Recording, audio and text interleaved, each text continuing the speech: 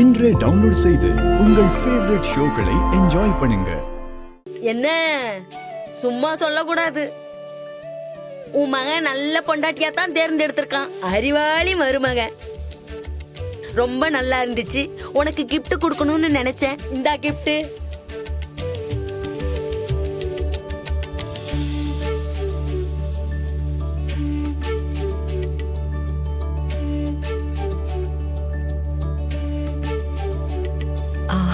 ஆசீர்வாதம் பண்ணுங்க. நல்லா இருங்க, நல்லா இருங்க, நல்லா இருங்க. என் பேச்சு தான் அப்படி இருக்கும், பயப்படாதீங்க. பொதுவா ஒரு இடத்துக்கு போனேன்னா குறைய மட்டும்தான் பார்ப்பேன்.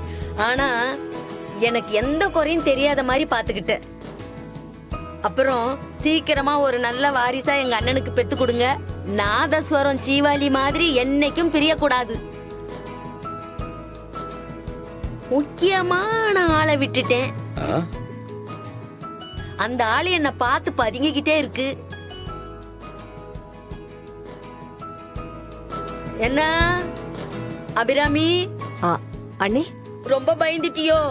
அப்படியெல்லாம் இல்ல அண்ணி. இந்த பாரு, நான் என்ன டெய்லி உன் வீட்டுல உட்கார்ந்து உன்னை அதிகாரம் பண்ணிக்கிட்டு இருக்கேன்.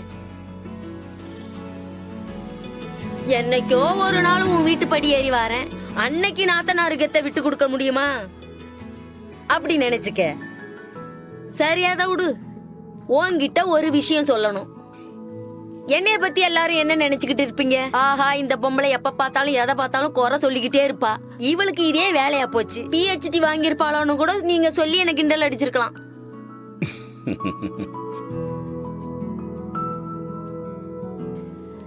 ஆனா என்னையே இந்த பொண்ணு குறை கண்டுபிடிக்க முடியாத அளவுக்கு பண்ணிட்டாலே. ஒன்னே ஒண்ணு சொல்றேன். காலையில இருந்து ஒண்ணு கணிச்சு வச்சிருக்கேன். இந்த மாதிரி ஒரு மருமக இந்த வீட்டுக்கு கிடைக்க நீங்க கொடுத்து வச்சிருக்கணும்.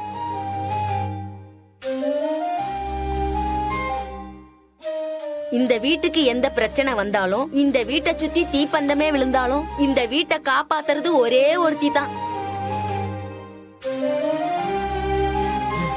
அது துளசி தான்.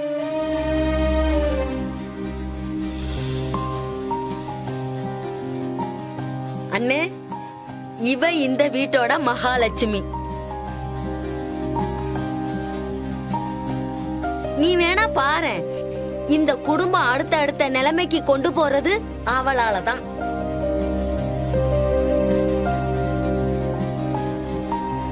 நீயும் யோசிச்சு பாரு.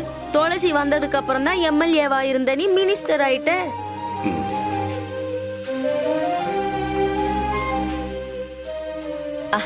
அப்படி சொல்ல முடியாதுமா.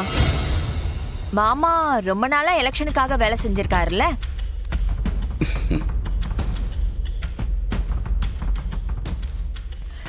கட்சிக்காக அவ்வளவு உழைச்சிருக்காரு. செய்தாருமா. ஆனா நான் இல்லன்னு சொல்லல.